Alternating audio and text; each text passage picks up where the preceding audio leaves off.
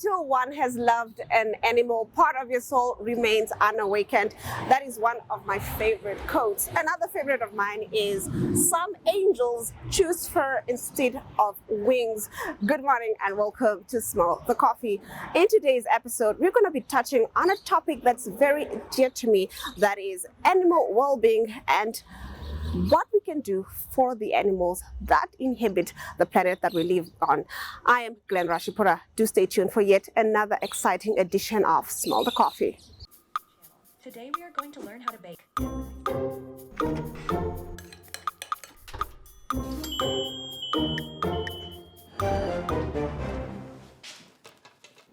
Welcome everyone.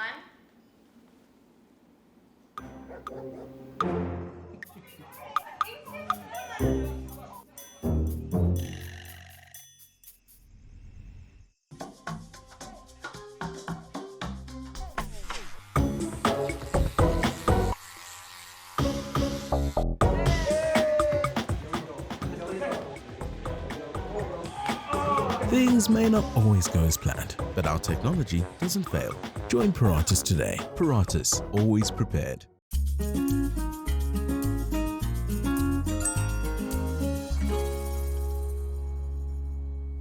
I'm currently sitting with Sylvia from the SPCA. She's the Director of Operations. Good morning, how are you? Good morning, fine, thanks yourself. Well, I know this is not your first rodeo with Smell the Coffee.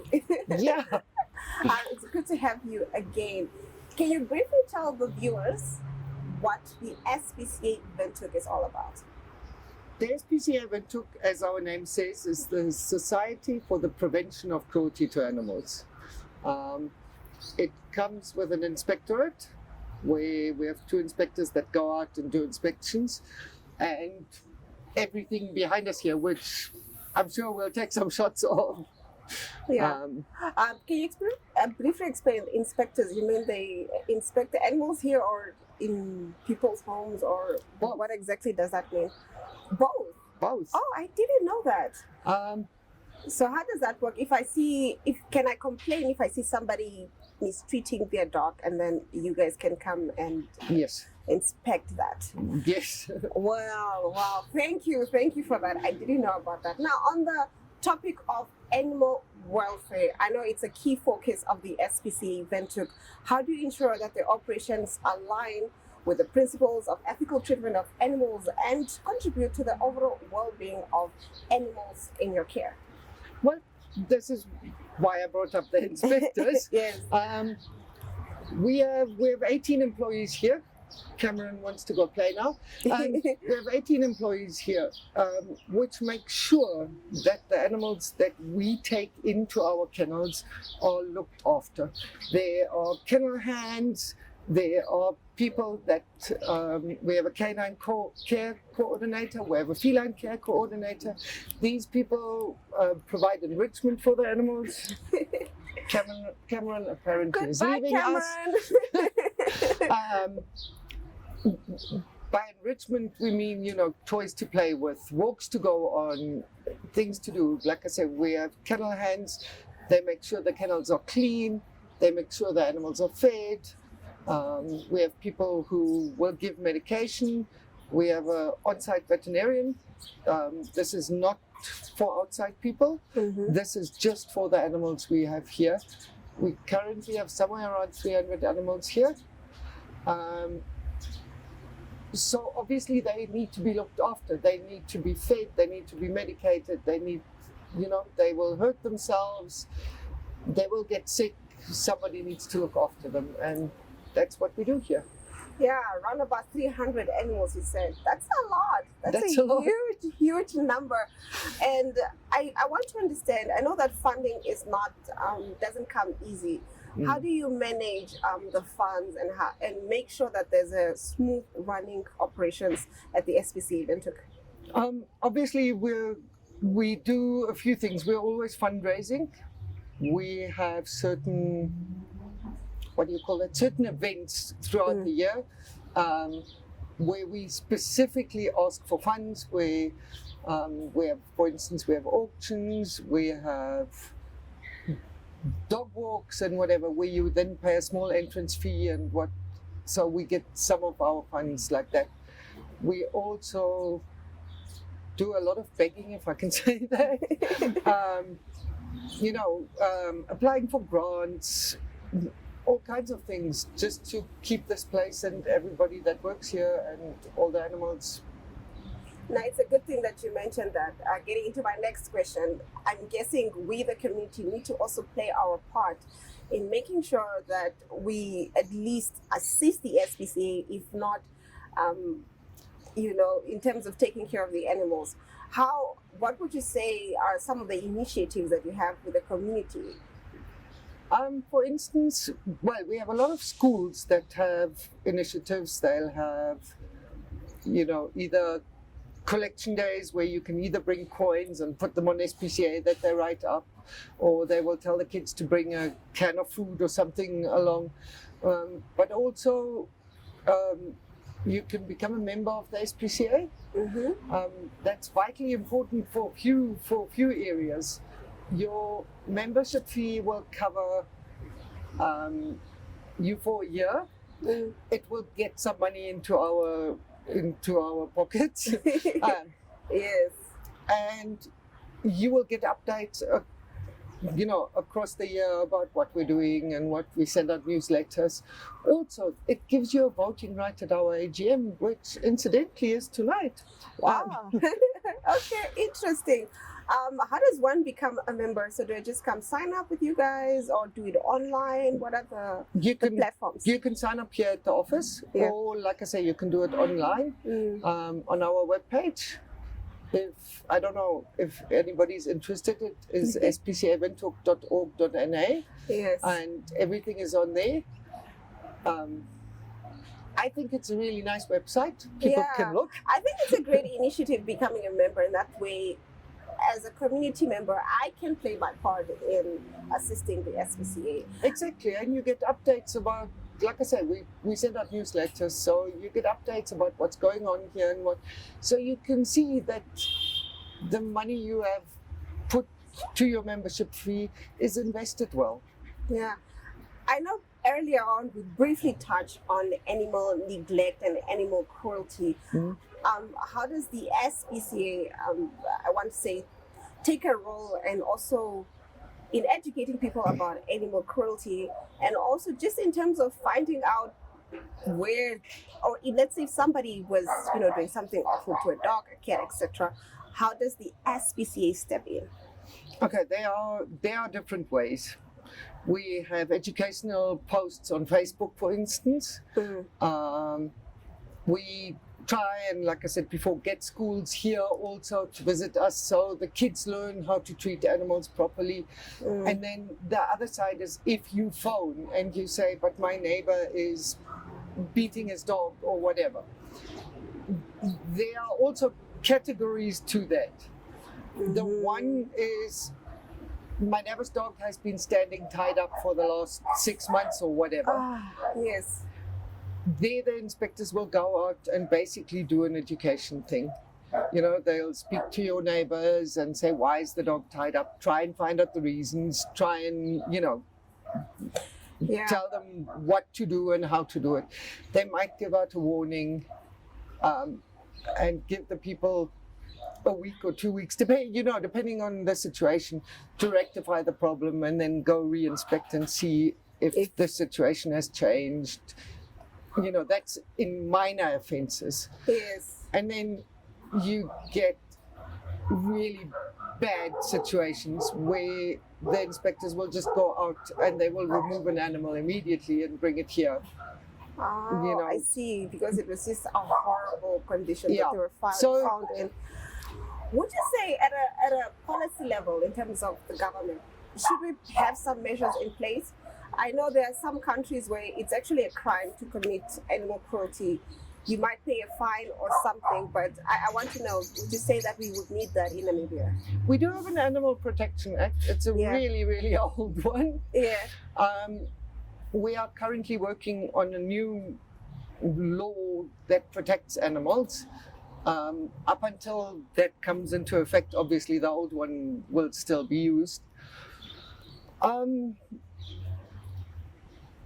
Yeah. Unfortunately, we're often stuck because often either the court systems are not, are not working fast enough or something. So cases will often take a very, very long time before they're heard. Yeah. Which is longer than the animal's lifespan. Yes, exactly. And I feel like most of us in society, we don't know where to report it. I mean, you can see that this is, the dog has been tied up, it's not been fed for days, he gets beaten we can see that. Yeah. But I don't think we know the procedures to go about it, in terms of maybe reporting, etc. So I highly commend the SPCA for at least trying to educate the public on what to do, and also that this is not okay, Yeah, I think sometimes people get complacent. Yeah. You look at it so long and then you think We normalize it. you normalize it, yeah. Yes. And we shouldn't be doing that. It's been proven that where there's animal abuse, there's child abuse and often spousal abuse also. It's a trickle. If you can be that cruel to an animal, that most likely would never do anything to harm you. And Exactly. you know what I mean? That psychologically, there's something Yeah. that will trickle down to humans as well. Getting to my next question, I know the volunteer program is a big part of the SPCA because you need help, as you mentioned earlier. Can you briefly take us through the volunteer program, how you train the volunteers, how you also retain the volunteers at the SPCA? Yeah, we do volunteer orientations. They're normally on a Saturday morning. They're normally an hour and a half to 2 hours. I think it depends a little on how many people there are there. So in those, you get a brief history of the SPCA and you get to learn what you can do here and what we need help with. Unfortunately, we have a little bit of a problem on the retention part. Yeah. It is often children who are interested, and they're often interested for a school project. And once that school project is done, they don't come back. It's like we're done. But I think as adults, we also need to try to find ways that we could try to volunteer, even if it's one weekend of every month, I think so, yeah. Yeah. Or every second weekend, or whatever works, depending on your schedule. But I feel like as a community, we need to hold hands together. I think so, yes. I think animals are everybody's business. Exactly. Even if you say, "Oh, I don't like dogs," or whatever, you are still involved somehow. Like I said, your neighbor might have a dog. Or, Exactly. Yeah. If you eat meat, unfortunately, you're also involved because that's also animal welfare involved there. So everybody shouldn't be involved. And if you say, okay, I can give $10 a month, Yeah. you can physically get involved where you come and you help us cleaning kennels or washing bowls or taking dogs for a walk. That's taking fun. dogs for a walk. It's a great way to even get your calories in, guys. Exactly. I keep saying we get full body workouts here every day. I see. You look very fit. No, we carry dogs around. We carry bags of food around. We don't need to go to the gym. So you can skip 1 hour at the gym and come to the And come to SPCA. the SPCA. I totally agree with that. We're currently in the festive season, and I know that there's going to be an increased demand at the SPCA in terms of a lot of stray animals are going to be picked up. A lot of abandoned animals are going to be picked up. Yep. How does the SPCA event prepare for the festive season? We sort of just brace ourselves every year. Yeah. Well, we have the morning kennels, so they are fully booked. That's where people can bring their animals to stay here over the holidays. Yeah. For anybody who hasn't booked yet, you're going to be hard pressed to find a place now. But see if you can't find a house sitter. Just make sure you get references for those people. Otherwise, like I say, we just sort of await it and go through it. I see you brace yourself for it. Yes. It's the festive season, you know, it's going to be very brutal. Had on that, also on the preparedness, is there arrangements for veterinarians to be in place during the festive season, especially because of the high number of animals that are usually expected or experienced at the SPCA? Well, the private clinics are open. I don't think, except for the public holidays or so, I don't think any of them closed down. Yeah. You know, we have the vet here. Like I say, it's not for outside animals, but we will help if there's really a need. You know, if you can prove to us you couldn't find another vet, obviously we will help the animal. Okay, no, I hear that. I think places like UNAM and the State Vet, I'm not so sure if they will be open over the festive time. But like I said, the private vets will be there and we will help the animal if there's no other way. I hear you. And it's also good to know that the in-house veterinarian is also going to be around during the festive season, and it's not a case of you have to run around looking for a veterinarian. So I highly commend the SPCA for some of these arrangements.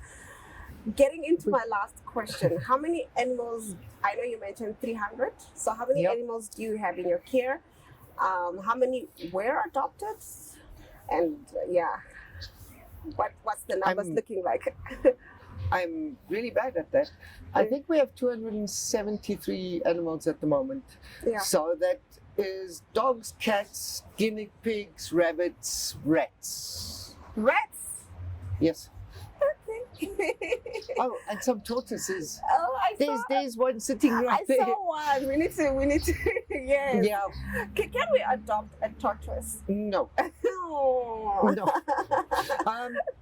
So we take care of all animals. The tortoises are often found on the road or something and then brought here. Yeah. Because they're wildlife, they cannot be adopted. So they get taken to farms and where they can live. Oh, I see. When we get like baby birds that fell out of the nest, they go to a rehabilitator and they get released again. Other wildlife, also they, either we work with MET or rehabilitators where they can be released again. What can be adopted here is pets. So your dogs, your cats, that's interesting. I actually wanted to ask, do you guys have a foster care system here? No, we don't. I've never heard of it in Namibia. I've seen it elsewhere in the world, where some people are just foster parents to pets till they find their forever homes. But I would wonder if sometime in the future there would be such a platform or opportunities for people who can't necessarily keep the animals, but they don't mind having them for a short period. Possibly. Yeah.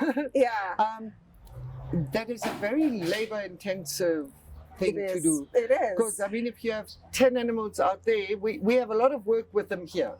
Yeah. But if you have just like 10 animals out there, you have to have someone, because then the people will phone and say, oh, it's sick. Oh, I need more food. So you would have to have one person employed to deal with that. Oh. And currently we don't have the setup to deal with it. So we might in the future, but not right now. Any message that you want to give to our viewers? Anything that you would want them to know about the SPCA Windhoek? SPCA Windhoek. We're here every day of the year. We're closed to the public on certain days, just so we can get our stuff sorted, which is Wednesdays. And then obviously we don't see, or not obviously, but we don't see clients on Saturdays, on Sundays and public holidays. But we are here every single day because our animals need food, they need cleaning, they need walking. So there's always somebody here. Maybe not exactly SPCA, or SPCA Windhoek. Yeah. But just be kind to animals. And if you see something, please report it. Ah, that's a beautiful, and it's so important. I just don't get why people feel comfortable with being so cruel to animals. It just really, Yeah. really breaks my heart. Before I let you go, can you tell the audience how they can adopt animals if they want a pet, etc.? I always opt for adopting over shopping. Yeah. That's just my personal preference, and I think there's a lot of animals in the shelters that need our love and care. They So I are. always opt for that option. How can people get a hold of the SPCA, and if they want to adopt a dog, or actually just even browse through what's available, You can- etc.? Well, they can just come by. Yeah. Okay, there she goes again. They can just come by and we will show them the animals. Obviously, they'll have to say, oh, I want to adopt a dog or I want to adopt a cat or whatever. Yeah. We try and match animals with people. Huh. So not every dog will fit in your household. Yeah. You know, if you say, oh, I'm a reporter, Yes. I work 24 hours a day, I'm never home, I want a dog, then we might say, you know, something, maybe a cat is better Maybe a for cat you. is better for you. You know, or Yeah. a lot of people will come and say, oh, I need a big watchdog, I have 3 toddlers at home. Where we go, maybe that dog is better for your family because You know, that it's- dog actually likes kids. Yeah, You don't want your kid bitten by a dog. Yeah. So we, like I said, we try and match animals with people. Also, if you have other animals at home, obviously they have to get along with a new animal. You don't want to start off like Some fights. yeah, exactly. Some territorial fights. Yeah, I totally understand that. So sometimes people come here with a certain idea and they leave with something completely different. But It's what fits them. we actually. hope that Yeah. you know that's then the better option. Yes, Yeah. yes, I totally agree with that. I totally agree Yeah. with that. We'll be right back with more Smell the Coffee after the break. In 1994, a group of Namibians saw a need for a grassroots Namibian medical aid fund. The Prosperity Medical Aid Fund was born right here, among the hardworking fishermen and shipworkers of Walvish Bay. In 2001, in order to establish a fund focused on its members that put their health first, the fund formed its own identity away from its administrators, Prosperity Health. It was named Renaissance Health as a symbol for the renewal of medical funding in Namibia, a transformation in health. Renaissance members voted for their first board of trustees who would carry the fund forward for all Namibians. By 2010, Renaissance had members across the entire Namibia, a fund founded by Namibians for Namibians to ensure access to quality healthcare. In 2020, RMA was put to the test with COVID-19, supplying life-saving oxygen machines door-to-door to members when our Namibian hospitals were full, saving many of its members' lives. RMA is not just a medical aid fund, it's a partner in health for its members, whether through our chronic compliance programs or yearly wellness checkups. RMA was started by you. It belongs to you. A proudly Namibian first medical aid fund providing the best in care for all Namibians. Renaissance Health Medical Aid Fund, serving Namibia since 1994. RMA, your health comes first.